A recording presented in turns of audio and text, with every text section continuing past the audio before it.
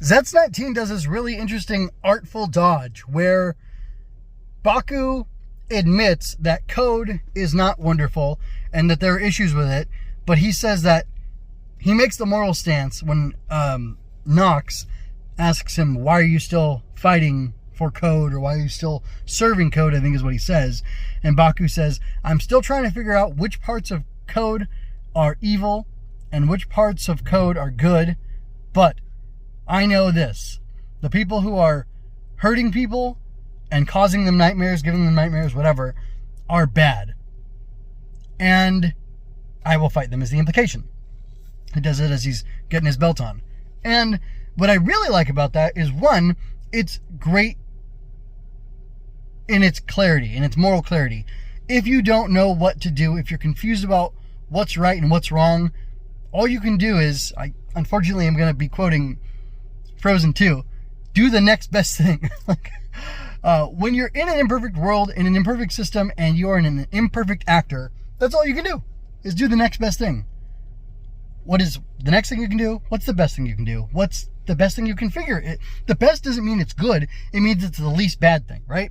So I really appreciate that. I really appreciate that moral clarity and that idea of figuring out how to do this and how to figuring out how to be part of this imperfect world. And I don't want to belabor that, so I will stop now and I will shift to something that's really interesting, is that there's this wonderful emotional moment, which I hope to talk about in a short, where Baku almost looks like he's stopping Nem from killing herself.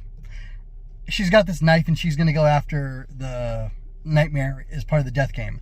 But I think that she's kind of thinking, if I die in the dream from trying to fight this nightmare, maybe I'll die in the real world and then I won't be the source of nightmares anymore, because Nem hears that she might be the one who is the source of the nightmares, and that it could all be coming from her subconscious, which doesn't make her culpable, but it does make her a part of the problem. And she hates to think that she's a part of the problem. She hates to think that she's hurting people, and that's part of her big, deep, wonderful conversation that she has with Baku.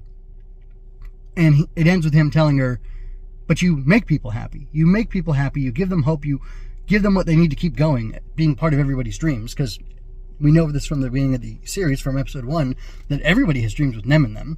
And this is why. We don't know if she wanders through everybody's dreams, or if she only wanders through the dreams of people who have nightmares.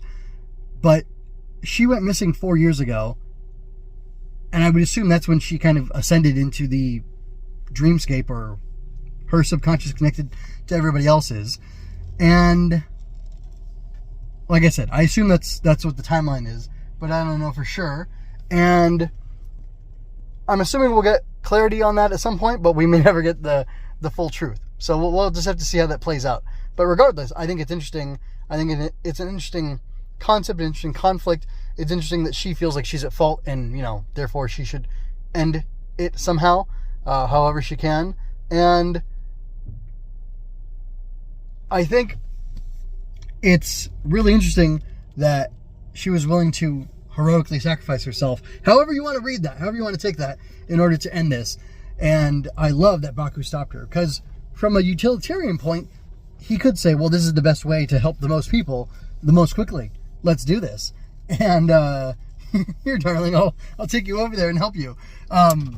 Or just, save the trip, don't fight the nightmare, just come at me. But that's not what he does, because he's a good guy. And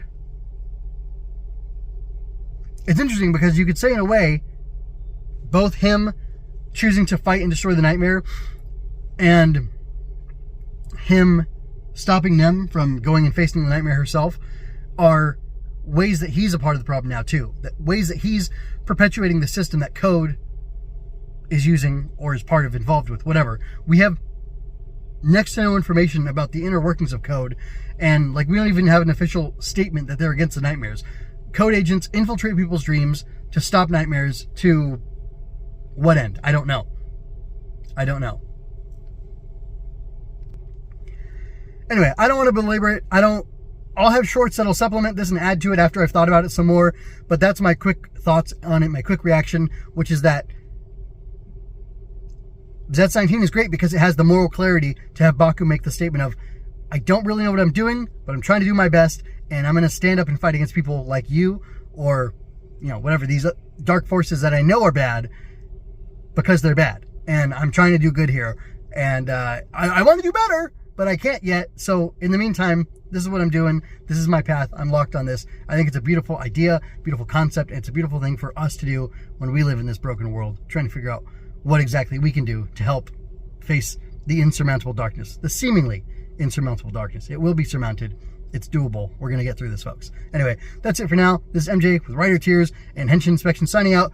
Check out the link for more, the pinned comment rather, for more. I'll have all my Zeztz stuff in there and other things, maybe links to shorts as well, because I think I'm going to have some hot shorts to follow up on this one.